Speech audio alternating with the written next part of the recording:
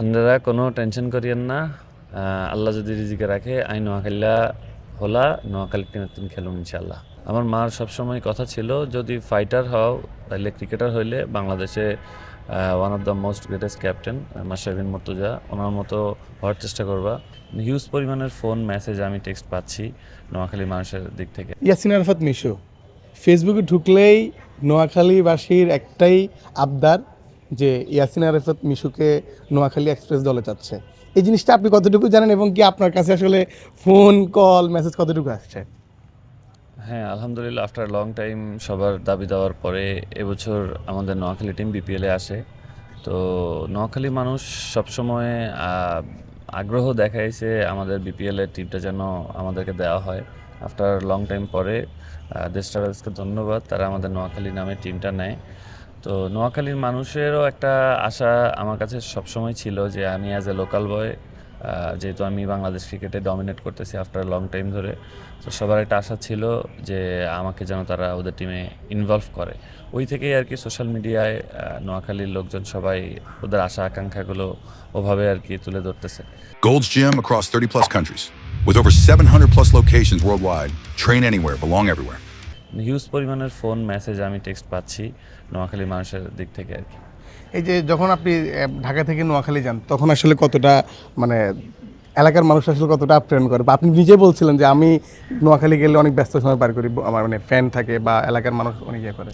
হ্যাঁ, আসলে নোয়াখালীতে তো আসলে খুব কম যাওয়া হয়, খেলার ফাঁকে যখনই সময় পাই যাওয়া হয়। তো ওই সময়টাতে মানুষের সাথে আমার এঙ্গেজমেন্টটা খুব ভালো, যেহেতু অ্যাজ এ আমি শহরের ছেলে, বড় হয়েছি একটা মফস্বল শহর থেকে উঠে আসা।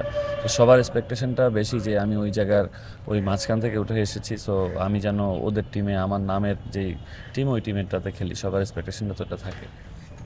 আচ্ছা, এই যে ভক্তদের যে চাওয়া পাওয়া, ভক্তরা যখন এরকম সোশ্যাল মিডিয়ায় ইয়াসিন আরাফাত মিশুকে দলে চাচ্ছে, এরপর কি আসলে মালিক পক্ষ থেকে নোয়াখালী এক্সপ্রেস থেকে আসলে কোনো কথাবার্তা হয়েছে কিনা, মানে যদি একটু শেয়ার করতেন বা কোনো। ওরকম কনফার্ম কোনো কিছু কথা হয়নি, বাট ওনাদের সাথে এনিহাও একটা সোর্সে কথা হয়েছিল। ওনারা বলেছিলেন 2-3 দিন পরে কন্ট্যাক্ট করবেন, এতটুকু পর্যন্তই আর কি।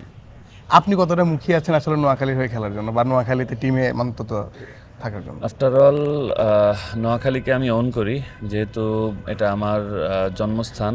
সো এটার এই আবেগটা আসলে বলে বোঝানোর মতো না। সো আমি যদি এই টিমে খেলতে পারি, যেই নোয়াখালীর জার্সি পরে আমি যদি খেলতে পারি, এটা সবথেকে ভালো লাগা আমার। আমার যেরকম ভালো লাগা কাজ করবে, তেমনি আমার ফ্যান ফলোয়াররা, আমার এলাকার মানুষরা খুব বেশি খুশি হবেন যে আমি অ্যাজ এ লোকাল বয় আমি ওনাদের পোস্টারটা ফলো করতেছি এবং আমি ক্যারি করছি। এবং যদি কোনো কারণে যদি খেলতে না পারেন, অন্তত মাঠে সাপোর্ট করবেন কিনা বা চিয়ার আপ করবেন কিনা সবাইকে নিয়ে? ডেফিনেটলি খেলানোর মালিক তো আল্লাহ। আল্লাহ যদি রিজিকে রাখে ইনশাল্লাহ হবে। আর যদি না হয় তারপর আমি সবসময় আমাদের নোয়াখালী টিমের পাশে সবসময় থাকবো এবং আমার সবসময় সাপোর্ট করব। যদি বলি যে আপনি ন্যাশনাল টিম ছাড়া কিন্তু মানে যেসব ফাইভ লাইনে থাকার মতো জায়গাগুলোতে খেলেছেন, এই টিমে খেলেছেন, ইমার্জিং এশিয়া কাপ খেলেছেন, এই যে এরপর ন্যাশনাল টিমের জায়গায় এই ক্রিকেটার হয়ে আসার গল্পটা যদি একটু বলতেন সব মিলায়। আমি আসলে ছোটোবেলায় বিকেএসপিতে স্টুডেন্ট ছিলাম। ছোটোবেলা থেকেই খেলা নিয়ে খুবই আমার ইয়া ছিল। তো ওই থেকে বিকেএসপিতে ভর্তি হওয়া, এরপর থেকেই আস্তে আস্তে সব কিছু শুরু করা। আর আমার মার সবসময় কথা ছিল যদি ফাইটার হও তাহলে ক্রিকেটার হইলে বাংলাদেশে one of the most greatest captain Mashrafe Mortaza ওনার মতো হওয়ার চেষ্টা করবা। তো ছোটোবেলা থেকে ওনাকে আইডল মনে করি ক্রিকেটটা শুরু করা। চোখের সামনে থেকে দেখেছি উনি কীভাবে ওনার নিজের লাইফ রিস্ক নিয়ে তারপরেও ক্যারি করছেন। সো ওইখান থেকেই আর কি অনুপ্রেরণা শুরু, আর ওইখান থেকেই খেলা শুরু। মাশরাফির সাথে কোনো কথা হয়েছিল কিনা বা কখনো যে মহেশ ভাইয়ের সাথে আপনার মায়ের গল্পটা বলেছিলেন কিনা কখনো? মহেশ ভাইয়ের সাথে ওরকমভাবে এই ব্যাপারটা ওরকমভাবে শেয়ার করা হয়নি, বাট মহেশ ভাইয়ের সাথে অন্য যখন উনি ছিলেন, খেলা ছিল, তখন অনেক কথা হইতো, অনেক কিছু বলতেন। মাশরাফিকে কতটা মিস করেন? আসলে বাংলাদেশে যদি বলেন ফাস্ট বোলিংয়ের রেভলিউশন একমাত্র ওনার হাত ধরেই। So definitely missing. নোয়াখালীর ভাষায় যদি একটু কথা বলতেন যে আসলে নোয়াখালীবাসীকে স্বস্তির খবর দেন যে এই যে আপনাকে নিয়ে সোশ্যাল মিডিয়া এত এত টেক্সট করছে, স্ট্যাটাস দিচ্ছে, সবাই এত পাগলামি করছে, নোয়াখালীর ভাষায় যদি একটু বলতেন। আপনারা কোনো টেনশন করিয়েন না। আল্লাহ যদি রিজিকে রাখে আই নোয়াখালীলা হলা নোয়াখালী টিমের তুমি খেলুন ইনশাল্লাহ।